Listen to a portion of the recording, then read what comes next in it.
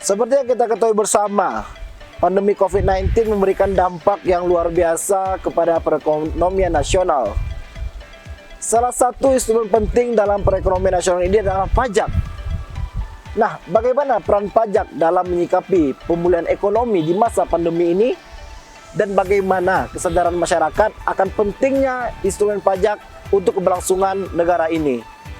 Saya Am Khalid dan inilah Baskom.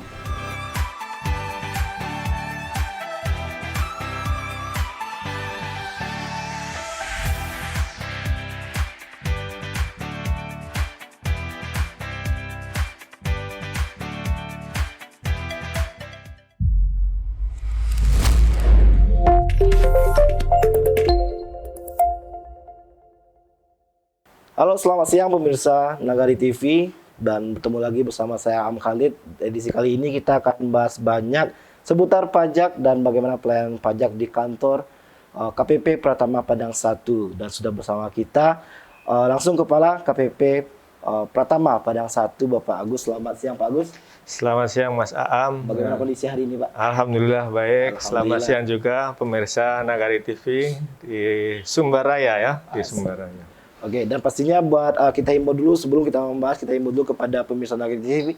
Nagari TV tetap menjaga jarak dan menerapkan protokol kesehatan yang sudah ditetapkan agar bisa terhindar dari hal yang tidak diinginkan.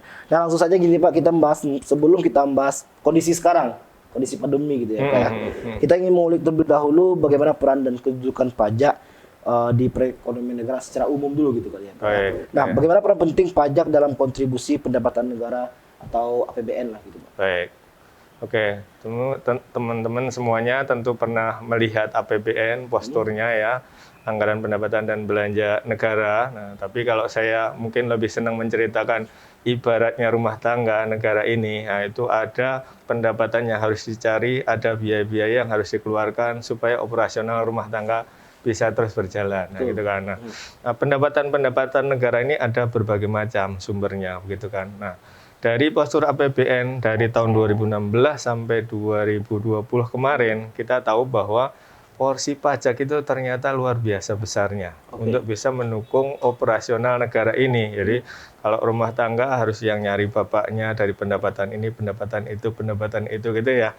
Nah, yang terbesar mendukung APBN kita dari sisi pendapatan itu adalah pajak. Ya. Angkanya naik terus dari 2016 sekitar 1.000, kita tembus 1.000 triliun itu pada tahun 2015-an. Kemudian naik lagi 1.200, 1.400. Puncaknya di 2019 itu kita mendekati 1.800 triliun ya. Dan itu porsinya kira-kira 80-85% dari total penerimaan negara. Nah, tapi kemudian 2020 terjadilah mulai pandemi. Nah, itu nanti ternyata mempengaruhi dan berdampak terhadap pendapatan negara khususnya di sektor pajak. Jadi peran kita kira-kira 82-83% kalau sekarang posisi terakhir dari seluruh pendapatan negara. Artinya memang yang paling berkontribusi memang dari pajak gitu ya Pak ya. Benar. Ya. Dulu pernah kita minyak kan kaya raya. Minyak kita masih jaya, harganya masih bagus ya. Produksi minyak kita masih bagus. Itu pajak masih kalah sama minyak. Tapi sekarang pajak menjadi yang nomor 1.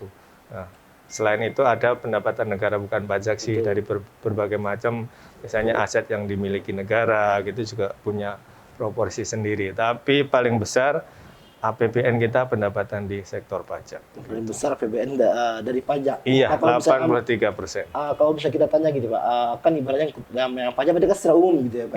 Kan ibaratnya memang ada namanya pajak nasional dan pajak daerah, pendapatan daerah lah gitu. Kalau persentasinya lebih besar mana Pak? Apakah memang dari pajak daerah atau mungkin dari pajak nasional? Tentu saja pendapatan nasional didominasi oleh sektor pajak nasional. Ya. Sektor pajak nasional itu dominasinya ada di pajak penghasilan, kemudian pajak pertambahan nilai, kemudian bea materai, ya, kemudian bea masuk untuk cukai ya. Bea masuk itu termasuk juga sektor perpajakan. Ya. Kalau pajak daerah, kalau teman-teman mungkin pernah juga sering membayar juga, misalnya bayar PBB untuk rumah ya, PBB rumah kita itu masuk ke pajak daerah. Kalau kita makan di restoran itu masuk ke pajak daerah gitu ya. Terus kalau kita bayar mungkin ada yang punya motor, mobil gitu ya. Nah, itu masuk ke daerah. Ada yang masuk ke tingkat provinsi, ada yang masuk ke tingkat kabupaten. Nah, itu pajak daerah. Tapi porsinya paling besar dari sektor PPH, PPN, dari jenis pajak nasional. PPH, Nah, PPN. iya, itu paling besar itu. Ada juga apa? Kalau misalnya ditanya di Padang, apakah ada yang kayak PPNBM gitu, Pak? Ada PPNBM ada. Jadi setiap Itu kan juga termasuk termasuk pajak nasional. gitu ya? Nah, termasuk pajak nasional. Jadi setiap kita membeli barang-barang yang dikategorikan sebagai produk mewah, misalnya mobil ya, nah, itu ada tambahan pajak penjualan atas barang mewah. Ada yang mulai dari sekitar 10% sampai ada yang kalau mobil mewah itu mungkin gedean pajaknya daripada harganya. Gitu.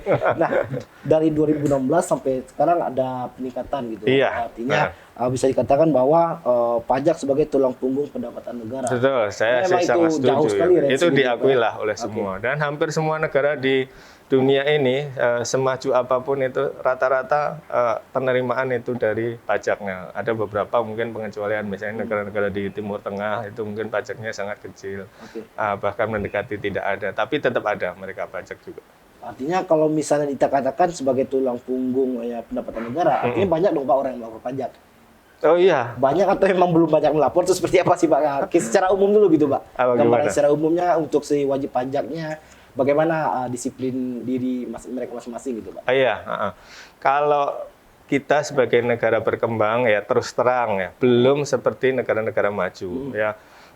Kalau di negara-negara maju itu tarifnya padahal cukup besar, misalnya kalau Mas Aam pernah ke Norwegia gitu ya, ke negara-negara Skandinavia, sana tarif pajak itu di atas 30%, ada yang mendekati 40%. Jadi kalau gajinya Mas 10 juta itu 4 jutanya bisa buat negara. Tapi seluruh fasilitas udah dikasih oleh negara, banyak jadi mereka puas-puas.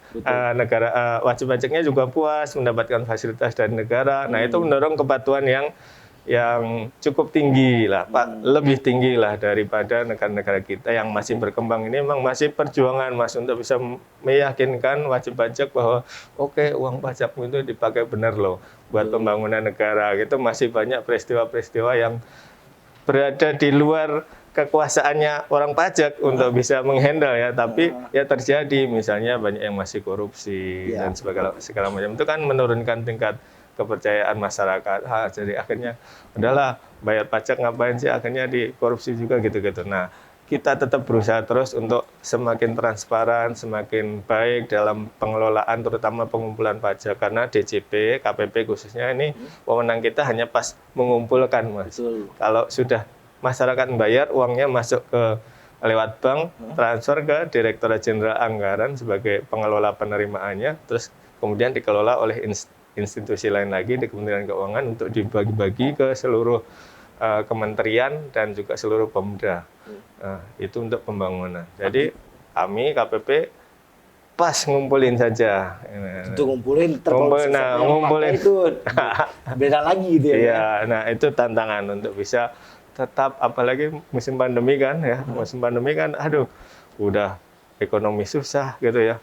Pajak masih jalan terus, bagaimana? Nah, nanti kita artinya memang untuk saat sekarang masih belum bisa dikatakan tentu saja maksimal, tingkat kesadaran masyarakat membayar pajak masih harus terus dilakukan improvement terus ya. Artinya jangan kalau bisa kita semua sebagai masyarakat sadar akan hal ini, pendapatan negara bisa lebih naik lagi. Pasti lebih. Iya, saya bayangkan kalau semuanya 100% taat pajak nih, kayaknya Indonesia kaya raya dan subur, makmur ya, makmur, semuanya bisa lebih maju dari sekarang. Oke, berarti kalau misalnya masyarakat yang sadar akan hal itu, langsung aja lapornya ke KPP gitu ya Pak ya? Iya. Karena mungkin KPP juga di bawah Dirjen Pajak, ibaratnya hadir untuk memfasilitasi hal itu gitu loh. Betul. Nah, kalau misalnya khusus kita bicara tentang KPP sendiri gitu Pak, selain pajak, tadi yang Pak bilang juga, kalau bisa KPP mungkin menghandle yang namanya pajak penghasilan, PPNBM dan lain-lain gitu ya Pak ya. Kalau misalnya secara umum, kalau misalnya kita tanyakan, masih banyak nih Pak masyarakat yang masih belum tahu sebenarnya KPP ini apa sih beda KPP dengan Dirjen Pajak, padahal itu cuma dari hierarkinya gitu. Iya. Nah, mungkin kalau misalnya KPP ini mungkin pajak yang terkhusus untuk pelayanan apa saja gitu Pak. Oke, baik. Jadi KPP itu salah satu unit kerja di bawah Direktorat Jenderal Pajak. Di tengah-tengahnya ada Kanwil dulu. Kalau Direktorat Jenderal Pajak itu mengelola perpajakan kita nasional ya. Jadi seluruh pajaknya nanti administrasinya ada Direktorat Jenderal Pajak Pusat. Kemudian dibagi Kanwil-Kanwil. Kanwil-Kanwil itu mengelola pajak di setiap wilayah. Contohnya kalau di sini Kanwil Sumatera Barat dan Jambi itu mengelola 2 provinsi, ngawasin dan mengelola administrasi perpajakan di 2 provinsi. Nah, di dalam satu provinsi sendiri kemudian ada KPP Padang 1, Padang 2, kalau di sini Solok, Bukit Tinggi, itu ada beberapa wilayah, ada yang 1-2 kabupaten, 1-2 kota. Nah, kalau Padang 1 itu wilayahnya yang harus kami awasi dan kami layani itu adalah separuh kota Padang ya, khususnya yang bagian utara dan barat ya, kemudian Kabupaten Padang Pariaman dan Kota Pariaman. Nah, itu masuk dalam pelayanan dan pengawasan kami ya. Apa saja yang dilayani di KPP, mulai dari penerbitan NPWP ya, kemudian kalau ada yang dapat warisan, pengen ada penghapusan atau pengurangan pajak, nah itu ada beberapa fasilitas di situ kita layani. Ya, kemudian bagaimana cara membayar ya diedukasi sama kita juga, bagaimana cara melapor, bagaimana cara menghitung gitu ya. Tapi sebenarnya yang perlu diingat, pajak kita sistemnya self assessment sebenarnya, self assessment system ya. Artinya ya masyarakat itu punya kewajiban sebenarnya untuk belajar sendiri ya, untuk belajar menghitung sendiri, melapor sendiri, mengisi SPT sendiri gitu. Nah, kami itu membantu memfasilitasi mulai dari ayo bagaimana cara belajarnya, kemudian cara mengisinya dan sebagainya, hanya membantu saja sebenarnya. Dalam undang-undang itu tidak ada kewajibannya. Kewajibannya semua self assessment. Masyarakat dipercaya untuk menghitung sendiri, melapor sendiri, membayar sendiri pajak yang harusnya terutang oleh wajib pajak tersebut. Nah, kami melayani, mengawasi. Nah, sampai dengan kalau ada surat keterangan fiskal yang kadang-kadang dipakai untuk bisnis, nah itu kita terbitkan juga untuk masyarakat wajib pajak. Berarti ibaratnya kantor Nagari TV sekarang juga langsung di bawah pelayanan dari KPP Padang 1 gitu ya. Iya, karena kita berada di setiap institusi, lembaga, perusahaan, koperasi, ya mau orang pribadi, badan itu kalau misalnya sudah berkepentingan dengan administrasi pajak ya nanti ke KPP ya. Ke KPP. Jadi kalau bisa saya kan tinggal di Lubek di Petambiran gitu, Pak. Kalau bisa ke KPP 2 gitu. Oh, KPP 2 ya. Kalau kantor Nagari TV ke KPP 1 pada 1 gitu. Tapi sekarang enggak harus datang. Oh, enggak harus langsung datang. ke online. Bisa lewat online ya semuanya. Hampir semua layanan kita bisa lewat online gitu masyarakat ya. Jadi tahu kan hal ini enggak, Pak? Selalu dilakukan edukasi ya, iklan-iklan juga udah banyak di YouTube, semuanya juga sudah ada layanan apa saja yang bisa lewat online gitu, bagaimana caranya, atau di website kami www.pajak.go.id. Nah, itu udah komplit. Masyarakat sekarang sudah punya akun sendiri-sendiri untuk bisa melaporkan pajaknya ya, untuk bisa membayar pajaknya.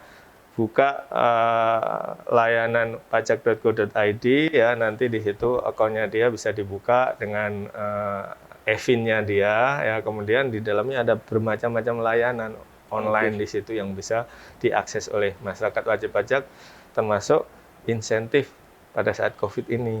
Itu dia. Nanti kita akan bahas selanjutnya insentif pajak seperti apa yang mungkin diberlakukan oleh pemerintah, pastinya juga untuk masyarakat. Dan kalau misalnya khusus Bapak bilang tadi juga self assessment system, bagaimana kesadaran masyarakat Padang dan paham akan pajak ini, kita akan break sejenak, tetap di Baskom, bahas soal ekonomi.